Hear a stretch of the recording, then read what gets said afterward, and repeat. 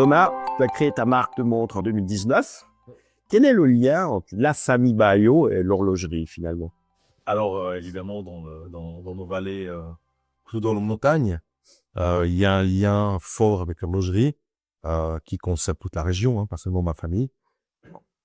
Après, les Bayaux ont un lien séculaire. En remontant dans les archives, on a, à ma grande surprise, découvert 250 ans de profondeur horlogère de la famille Bayaux qui fait des montres dans le canton de Neuchâtel. Et c'était important pour toi de prolonger cet héritage? Alors, c'était important pour moi. La pomme se demande toujours de quel arbre elle tombe. Pas tomber loin. En fait, elle tombait très, très proche. Bien sûr que c'était important, surtout que quand j'ai lancé cette marque, j'ignorais cette profondeur historique, finalement, cet héritage. Et j'avais entendu, évidemment, Nice Bayo. Il y a même des photos qui circulent d'ailleurs dans les manuels scolaires, apparemment. Puis c'est l'image libre de droit, de ce vieux Bayo à son établi en train de faire des montres. Lui, on l'avait spoté dans la famille, fin 19e siècle. Par contre, on avait un siècle de profondeur supplémentaire.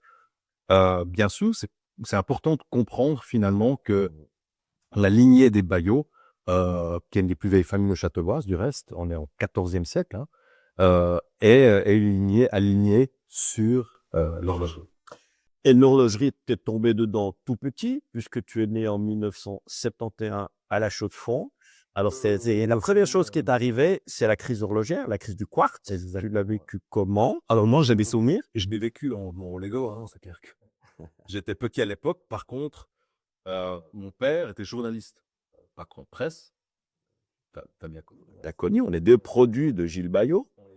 Toi comme fils, moi comme stagiaire. Exactement. Alors, un journaliste respecté, qui connaissait très bien la matière, l'horlogerie. Il en avait fait un peu sa spécialité, hein. Je t'ai même écouté jusqu'à Berne, surtout pour ça. Et en tant que journaliste, évidemment, il écoutait beaucoup, il parlait beaucoup. Et je me souviens de nombreuses conversations à table avec des grands noms qui ont forgé l'horlogerie d'aujourd'hui, des Blum, des Banvard, des Hayek, qui venaient à table et ils parlaient de cette horlogerie, des cuisines de l'horlogerie. J'aime bien dire que moi, je suis né dans des cuisines de l'horlogerie, là où on l'a fait.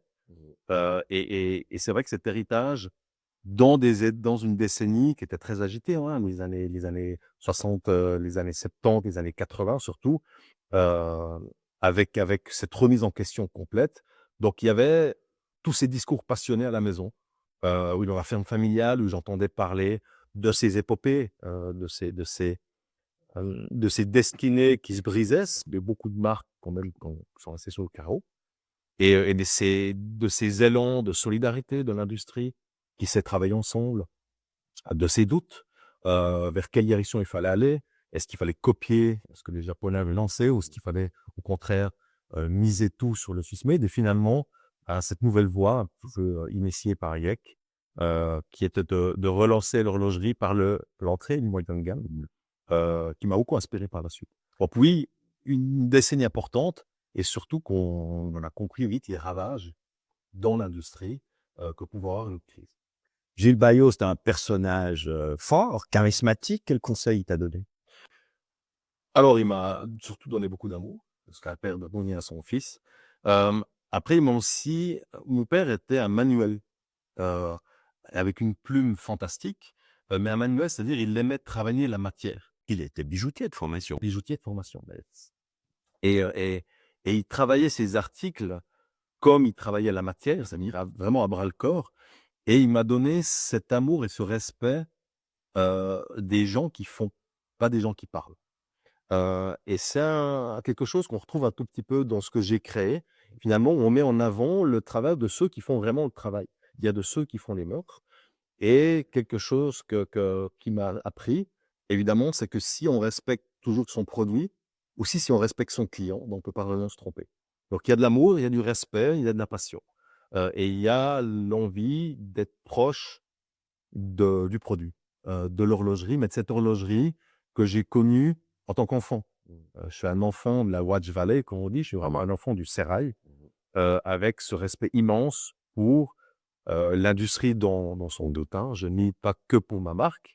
D'ailleurs, mon projet n'était à la base pas destiné à devenir une marque, c'était vraiment un projet que j'ai formulé pour redynamiser l'industrie et ce respect donc d'une corporation qui est vraiment le Suisse Made, le respect des beaux autres choses. Et tu es un enfant de la Chaux-de-Fonds aussi, puisque tu as grandi là-haut. Ce qui te reste comme valeur de la Chaux-de-Fonds aujourd'hui? Comment ça t'a marqué? Alors, le canton de Neuchâtel, Neuchâtel figurant sur notre logo, c'est une ville, mais c'est aussi un canton. Elle se divisait un peu plus, on aime bien le dire, entre le bas qui est un peu plus bourgeois et le haut, industriel, prolétaire. Euh, J'aime bien revendiquer un petit peu ces origines prolétaires, euh, puisque on sait que 1000 francs, 1000 euros, 1000 dollars, c'est beaucoup d'argent pour beaucoup de monde. Et c'est clair que j'en ai gardé quelque part un petit peu cette distance. J'ai vécu longtemps à Genève, j'adore Genève, mais ça a toujours été un petit peu plus les comptoirs. C'est là où on vendait, et c'est là où on vendait souvent avec des coupes de champagne, des petits fours, tout ce monde-là qui accompagne finalement un petit peu le rêve de l'horlogerie. C'est bien, il le faut. Sauf que de nouveau, on en revient aux gens qui mettent les mains dans les boîtes, dans les copeaux de métal. Et ces gens-là, ben voilà, c'est aussi des petites gens. Donc, ce respect du travail bien fait, ce respect, ben finalement, de l'argent, de la valeur qu'on retrouve aussi dans les montres qu'on fabrique. Le coup de respect, ben, Et tu as commencé ta carrière dans la publicité, chez Publicitas, ensuite Victorinox. Qu'est-ce que ces expériences, ces premières expériences professionnelles t'ont apporté? alors, je suis dans l'horlogerie et on vend du temps. Chez Publicitas, on vendait de l'espace publicitaire. Donc, j'ai fait un peu le temps et l'espace finalement. C'était une bonne introduction. Euh, Publicitas m'a un peu, malgré moi, surtout malgré eux, donné une autre leçon. C'était une très grande régie publicitaire, la plus grande de Suisse, hein, qui faisait vivre aussi beaucoup la presse. Et cette régie a raté son tournant technologique. J'ai vécu l'éclosion du digital qui a bouleversé le marketing, donc qui a bouleversé aussi la presse et la publicité presse. Et j'ai compris, à la faveur d'un licenciement, ce qui arrivait à une industrie qui ratait son tournant digital. Et ça m'a beaucoup inspiré par la suite pour essayer de me poser la question, qu'est-ce qui allait arriver à l'industrie horlogère et qu'est-ce qui allait se passer si elle avait son tournant digital. Et Victorinox, ça t'a ouvert sur les marchés internationaux? Alors Victorinox, je précise, c'est les fameux couteaux suisses. Moi, j'étais dans la division horlogère, j'ai passé 10 ans. Après une année réussie sur le marché suisse, qui m'a appris à me battre montre par montre dans les points de vente, j'ai pris une dimension internationale et j'y ai passé le reste de ma carrière. 15 ans en tout, dont après 2 autres marques, 2 belles marques aussi indépendantes, suisses. Euh, Ça m'a appris déjà la pluralité du monde, ça m'a appris à comprendre les différentes cultures. Et surtout, Victorinox m'a appris les valeurs, le travail bien fait. Je dois dire que c'est une maison que je respecte énormément, qui a beaucoup de valeurs, qui fait aussi des choses par passion, un peu avant le profit. Euh, et Victorinox m'a appris, par exemple, que quand on plante une graine, finalement, il faut ouvrir un sillon, planter la graine, fermer, l'arroser et attendre, puisque les choses ne sont pas immédiates. J'aimais bien dire que mon travail comme directeur des ventes internationales dans les différents postes que j'ai occupés, c'était un travail d'agriculteur. Euh, et j'ai fait ces Victorinox où ils m'ont laissé planter la graine et faire pousser les choses. Tout pousse à son rythme. J'ai après été dans des marques ou des groupes plus financiers. Et là, j'ai appris malheureusement que souvent, par besoin d'argent et de vision à court terme, on réouvre le sillon pour manger la graine parce qu'on a faim. Et on n'attend pas que les choses se fassent bien. Ça motive aussi un peu ma démarche dans ma marque, de faire les choses comme il faut, de ne pas vouloir aller plus vite et finalement de comprendre que la croissance suit un rythme des saisons. Donner du temps au temps, c'est pas mal pour un horloger. Donner du temps au temps, c'est exactement ça. Et prendre le temps, surtout, de bien faire les choses. Tu as connu aussi 2 expériences de chômage. C'est vrai. Quelles leçons tu en as tirées? De l'humilité, surtout beaucoup d'humilité. Euh, euh, Finalement, ce respect des choses qui peuvent partir de travers.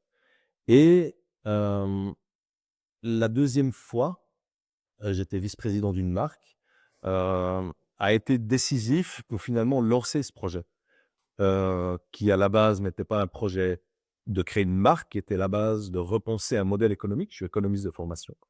Et finalement, cette période de chômage m'a aussi permis de prendre un moment de pause, une petite parenthèse qu'on a rarement dans sa vie, pour réfléchir à ce qu'on fait.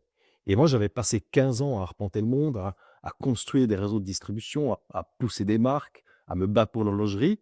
Et à un moment, ça m'a permis de me dire, attention, qu'est-ce que je suis en train de faire?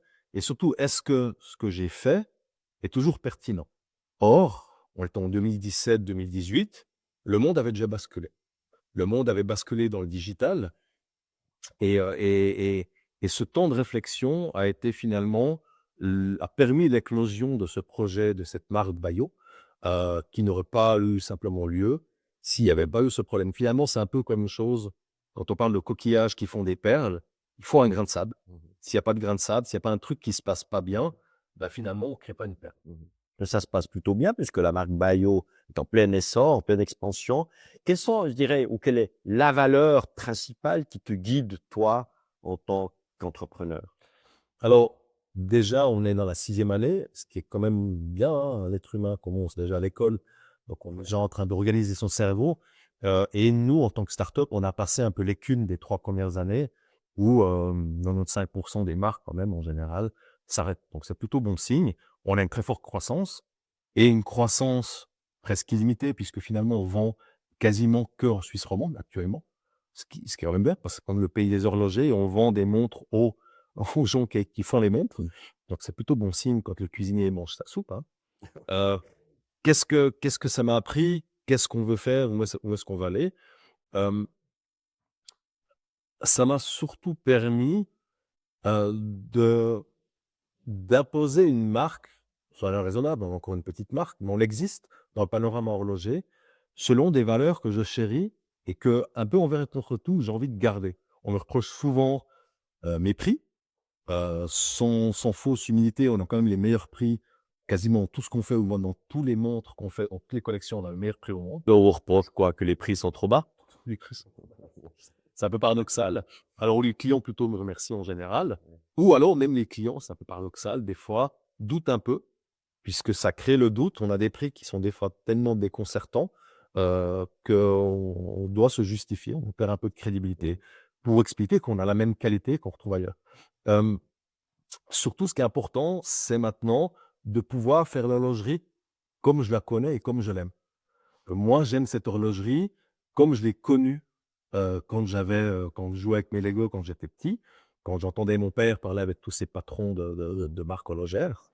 Euh, Ce respect du travail bien fait, ce respect de la belle horlogerie suisse, ce respect de ces gens qui font les montres, et finalement, ce respect des gens qui payent le salaire de tout le monde, c'est-à-dire le client final, trop souvent oublié, souvent un petit peu même pris de haut par une industrie qui oublie la main qui le nourrit. Il y a quand même deux grands absents en général dans tout ce magnifique, et théâtral, de toute cette industrie magnifique et théâtrale. C'est les gens qui font vraiment les montres. C'est pas des acteurs d'Hollywood, hein, malgré qu'on les mette de temps en temps à l'établi, c'est pas eux qui font les montres. Et c'est pas eux qui payent me salaire, les grandes foires horlogères. C'est bien le client final, celui qu'on ne connaît pas, qui n'est en fait, qui ne se manifeste que par des statistiques, alors qu'en fait, c'est des êtres humains, c'est des gens passionnés, et c'est des gens qu'on a envie, dans notre marque, d'accueillir ici, dans ce magnifique cadre, et de valoriser. Donc, honneur aux artisans et aux clients. Bah, qui compte, d'autres comptent réellement. Tout le reste, bah, finalement, c'est des gens qui viennent un peu se greffer. Il y a ceux qui font les montres et il y a ceux qui les achètent. Et mon but était vraiment de réconcilier ces 2 acteurs qui étaient un peu trop distants.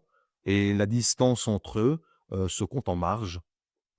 Et cet empilement de marge qui permet à l'un d'arriver à l'autre, ben, finalement, c'est comme le client final qui le paye. Des fois, à mon avis, un petit peu trop cher, et on veille dans la marque, malgré les pressions, malgré ce qu'on dit, à maintenir le ratio le plus bas possible et carrément le plus bas au monde. Très bien, ce sera le mot de la fin. Ça serait mon fin. Merci Thomas. Merci Patrick.